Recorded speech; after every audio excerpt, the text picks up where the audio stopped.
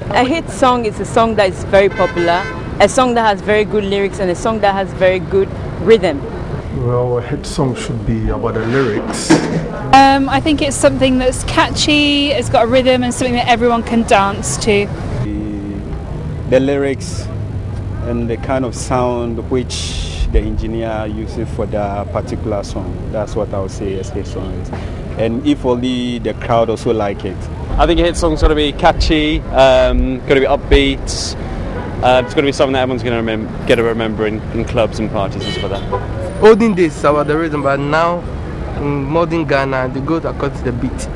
And let's say my favorite hit song right now is, let's say, Adonai. My guests are Mr. Andy Dusty and DJ Kes. Good morning once again. Now, we saw a few different comments on what would actually make a hit song. We also made our comments quietly in the background. But before we actually go into that, let's just differentiate. What would you class as a hit song or a popular song? And is there a difference? Kes?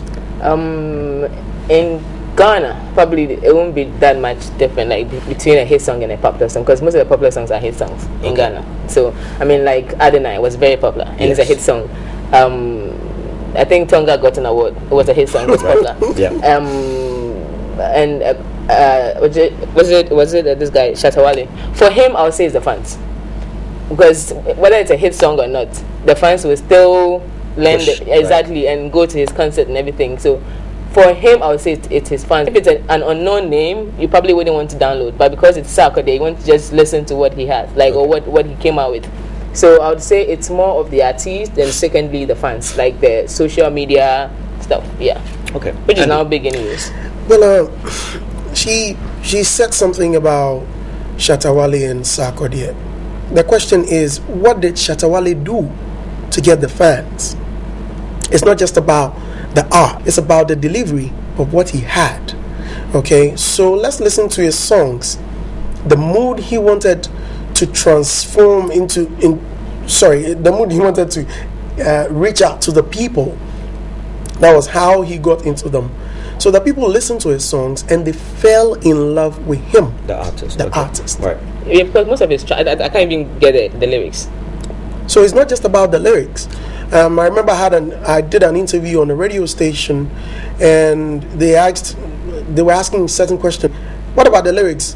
Give me the explanation of corner. I'm sorry, I don't know. So what are you saying? The lyrics, yeah. Okay. It's not just about the lyrics. Then you can't listen to jazz music, because you may listen to jazz. It's all about the instruments and great sound coming out, but you don't hear any lyrics in there. Yet you fall in love. I fell in love with Jonathan Butler and what's his name, Kenny G. Yeah.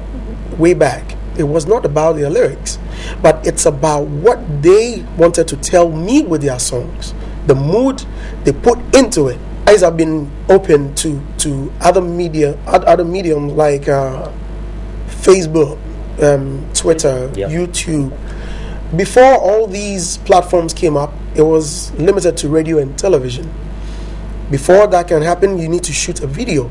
Go to Famous, go to Abraham. You pay huge sums of money to make it happen. After that, bring it to TV3. You know the deal.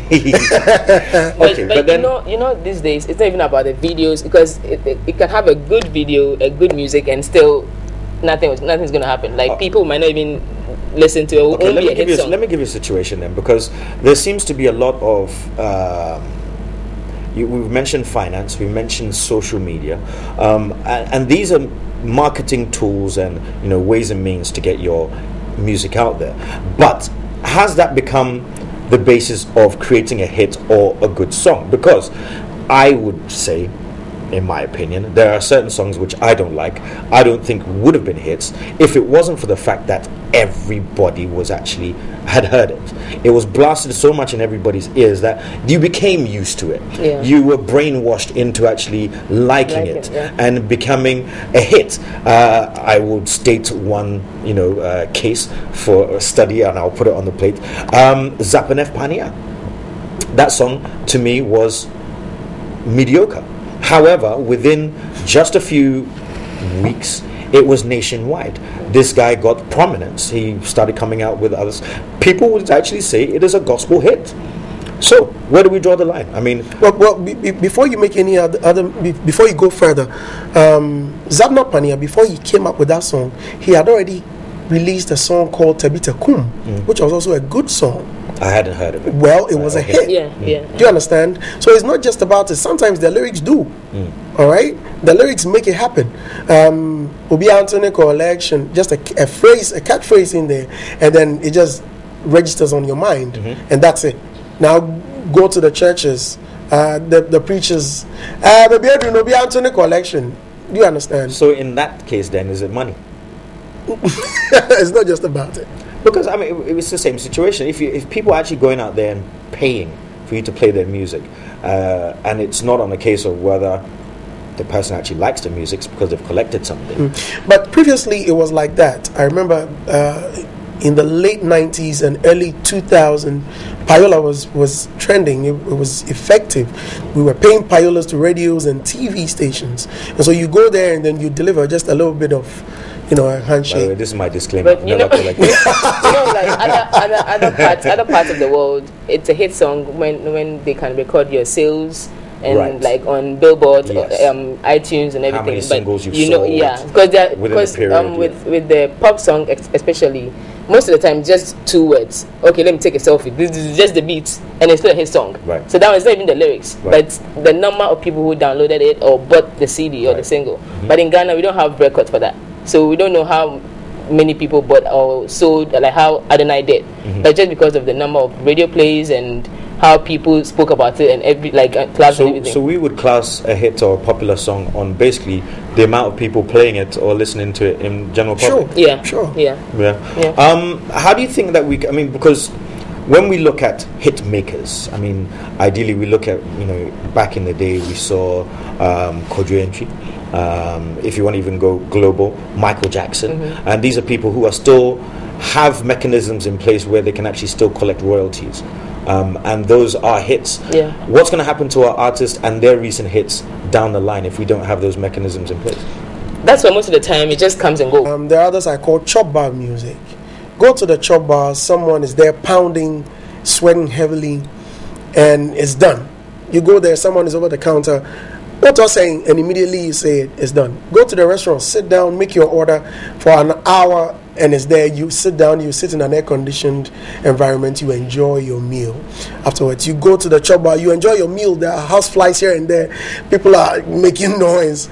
You understand? So let's look at some of the songs. Some of the songs come and go, just like that. Some songs may have to grow on you. You need to listen to them over and over again.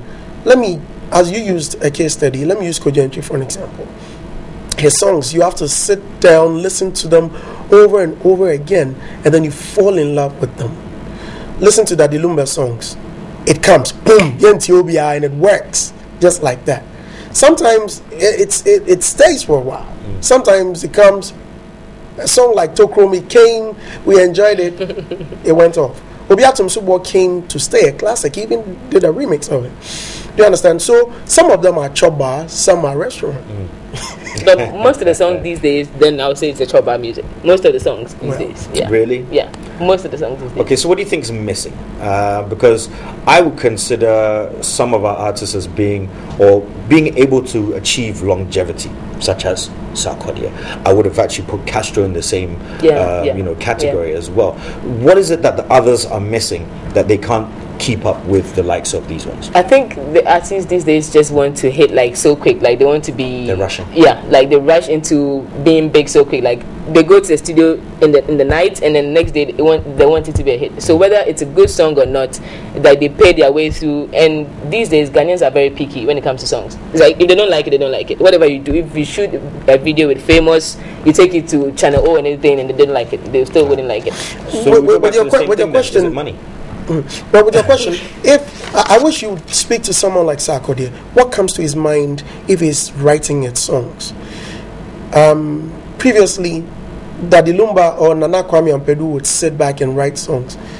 Did he think, that his songs will last for a period, let's say 20 years. You would be enjoying the fruits after 100 years. Like Michael Jackson will sit back and say, I'm writing a song.